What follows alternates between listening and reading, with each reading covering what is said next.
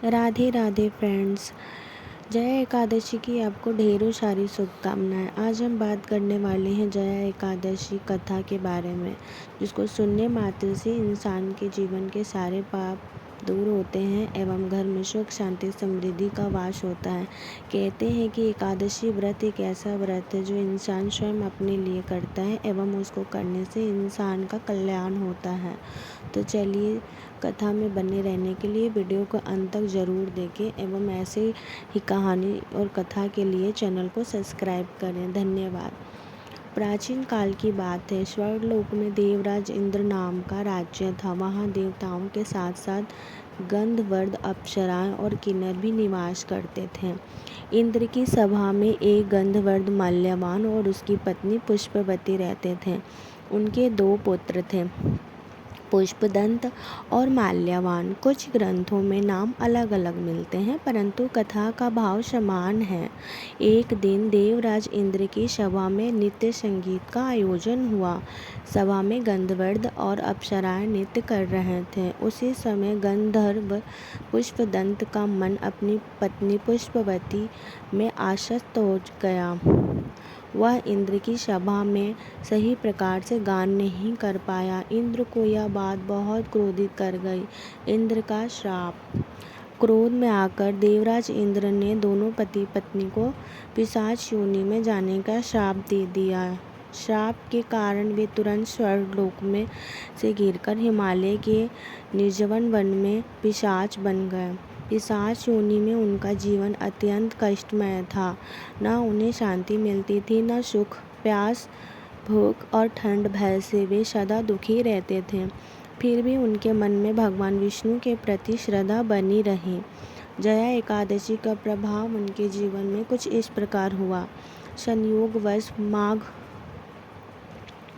माघ मास के शुक्ल पक्ष की एकादशी, जिसे जया एकादशी कहते हैं, उस दिन वे दोनों बिना अन्न जल के रह गए। पिशाच योनि में रहते थे, परंतु अनजाने में उनका उपवास हो गया। उस रात वे जागते रहे, न सो पाए। इस प्रकार उनका जागरण भी हो गया। इस अनजाने व्रत, उपवास और जागरण के पुण्य प्रभाव से भगवान श्री विष्णु उन पर प्रसन्न हुए।